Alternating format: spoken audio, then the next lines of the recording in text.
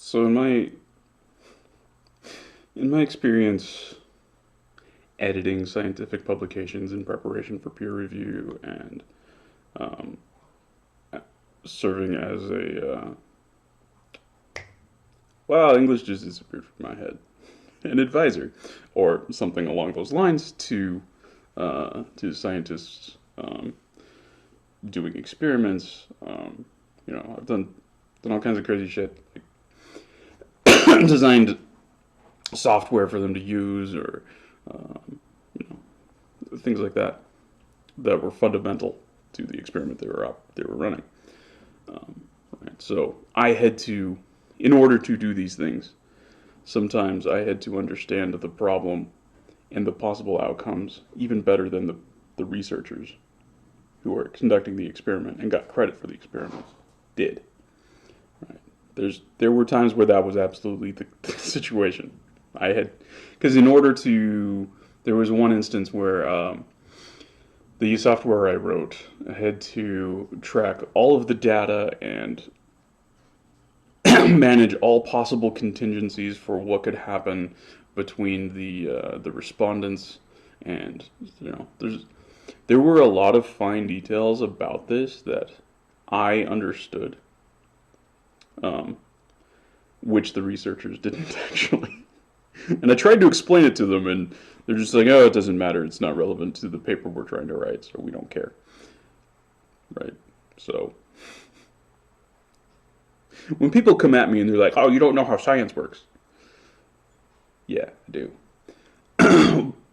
So there's been some observations I've made, personally, having these experiences, about science.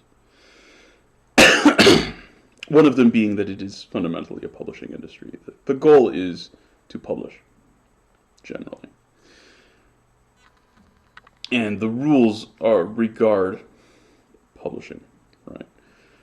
You're looking at the quality of the publication, which is going to in part be impacted by readership, right? How valuable is this study? It depends who's going to read it, right? So if you're saying something so completely out of the blue that nobody's going to even read it because it's just weird, that's difficult to publish. Doesn't matter how accurate it is, how correct it is. It doesn't matter. It doesn't matter how true it is. So you end up with this sort of this. You always have to appeal to long-standing views. Right? Peer review is subject to this fundamentally. This shouldn't be a controversial claim that I'm making here, right? If you're having established scientists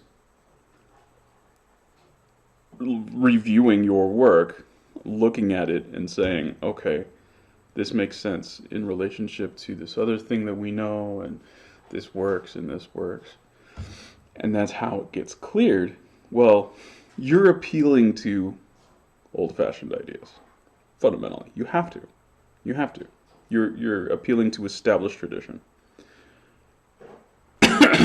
So, holding on to old ideas is something that science fundamentally will do, right? As the industry, it will fundamentally, until it is convinced to move and have a different idea, it will fundamentally have a very strong tendency to just hold old established ideas. Now, the Monty Hall problem poses an issue for this, right? Because we can see, even with only 3 doors, right? If I choose one of the doors at random, right? Choose one. This is what the game is. Choose one of the doors at random. What are the odds of getting the one door out of 3 that has the prize behind it? 1 in 3, right? Okay. Now, if one of the doors is opened and revealed that there's nothing back there, the odds change to 1 in 2, right? So, it's always better to switch, because you go from your choice being 1 and 3 to the switched choice being 1 and 2, which is you have better odds. That's the fundamentals of the Monty Hall problem. This applies to science, right? So here, just give some random question. Whatever the established traditional response to that is, that we're going to be holding with, its competitors are an unknown, potentially infinite number. It's probably not quite that much, but an unknown, very large number of other options. So if we're just playing the Monty Hall problem here, what's behind any of the other doors once one of the other things has been debunked? Any of the other doors actually does become, it does look a little more likely. So it's the behavior of science to hold and to view the debunking of alternatives as evidence that it should hold is nonsense. That's not really the way that this game should be played. Every time something is debunked, you should reassess your fundamental claims, your fundamental assertions, every single time. If we're working optimally rationally, that's what you should do. That is not how science behaves. And I find that interesting. I've found that interesting for quite a while, that the math, the statistics, it's really easy to show, but nobody operates this way. No, nobody in science operates this way. And if you try to propose it to a scientist, they'll just look at you like you're fucking crazy. Right? And this is including scientists who work with statistics heavily. Like,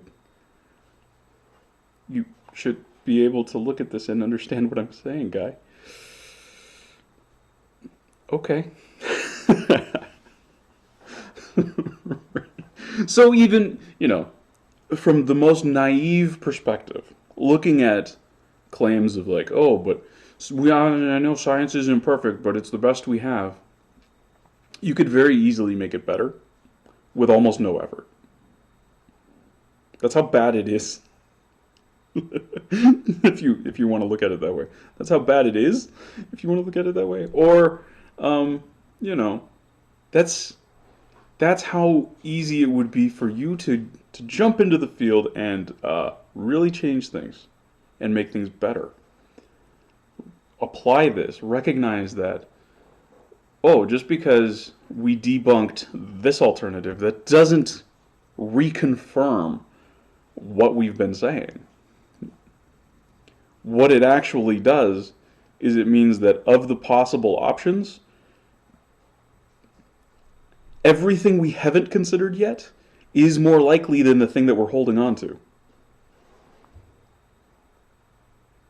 Because the reason that we grabbed the thing that we were holding on to is because, well, we had to grab onto something. We didn't know what we were doing at the time.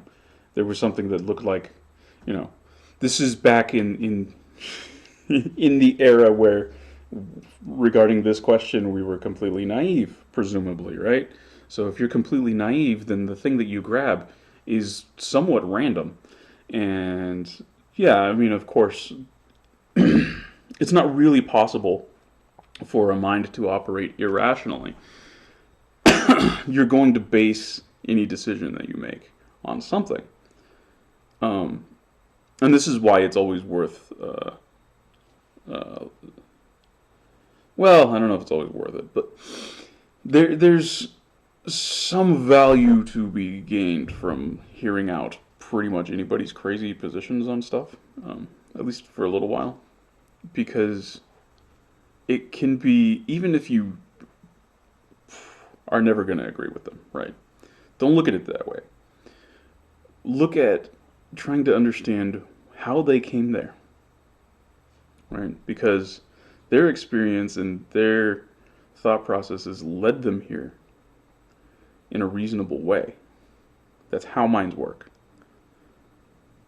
So if somebody's saying something that sounds completely crazy, that's the kind of thing you should listen to and try to understand how they came there. That's the most important thing. That's where you're going to find the real gems, right there, right? And that's kind of what I'm saying. Like those completely unexplored by the mainstream possibilities that sound just wackadoo.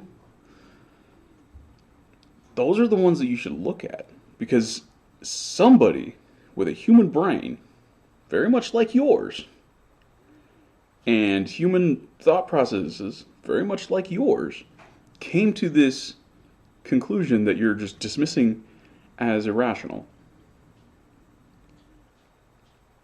But everything that you believe was originally that kind of a thing.